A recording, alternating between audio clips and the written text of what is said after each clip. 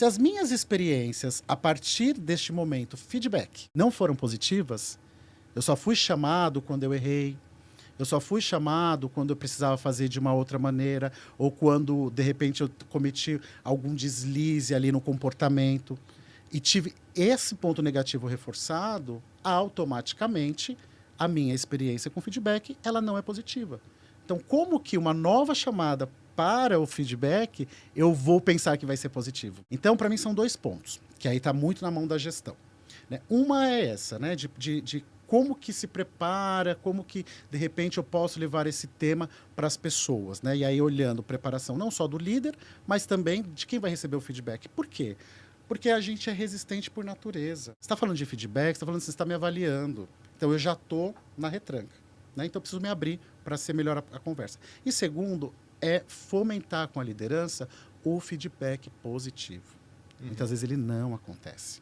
E aí, esse feedback positivo, a gente até fala o seguinte, olha, o que é de correção, a gente faz no individual. O que é positivo, a gente faz para todo mundo. Só que esse faz para todo mundo, tá até legal, você elogia a pessoa, você compartilha aquele e-mail que você recebeu, que ela mandou bem, que ela, né, deu um gol ali numa atividade e tal. Só que quando você está no one-on-one, você não fala isso para ela cara a cara. Então, quando você chama ela para o one-on-one, né, para o feedback mesmo, você escuta aqui, vou te dar um feedback, é o corretivo. Então, precisa demistificar, precisa quebrar. E como que você faz isso? Proporcionando novas experiências a partir deste momento. E essa é uma grande oportunidade de a gente falar de emoção e repetição, né? Então, falando aí de memória.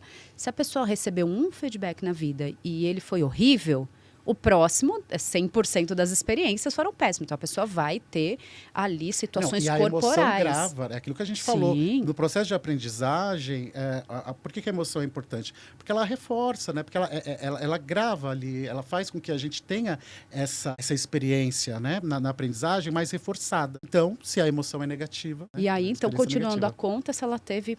Essa uma foi positiva, poxa, empatou. No próximo convite ainda ela não está liberada de sentir ali no corpo essas respostas negativas em relação a ter uma reunião de feedback. Aí Exatamente. depois ela tem uma segunda, 2 positivas contra uma negativa. Depois ela tem 5 que foram boas conversas que a desenvolveu, que trouxe sim pontos de melhoria, mas foram 5 boas experiências. Aí começa a passar não ter tantos gatilhos. Só que daí se o líder não faz nenhuma boa, que dirá juntar essa maioria? E eu até diria assim, olha, quando ele percebe que esse processo está acontecendo, tanto nos erros quanto nos acertos, mesmo que seja 50-50, ainda para pensar assim, poxa, né, a gente vai conversar, né, o que será que vem dessa vez? Né? Mesmo que não seja a maioria, porque também isso é engraçado, né? O cérebro também, ele não nos ajuda muito nesse sentido, né? Por uma questão mesmo de sobrevivência, a gente tende a agravar as situações que são mais desconfortáveis, né? Que representam risco, perigo, etc. e tal. Então, o que eu quero dizer com isso? Que a gente vai reforçando muito aquilo que vem de negativo. Porém, se eu estou colocado ali em situações tanto positivas quanto negativas, minimamente eu neutralizo e isso faz com que eu de fato, consiga estar mais aberto. E, por fim, o que eu acho? Sempre tem que sair com uma lição aprendida. Isso também, fazer sentido. Um caminho a seguir. Um caminho. Não, então assim, por que a gente está falando sobre isso?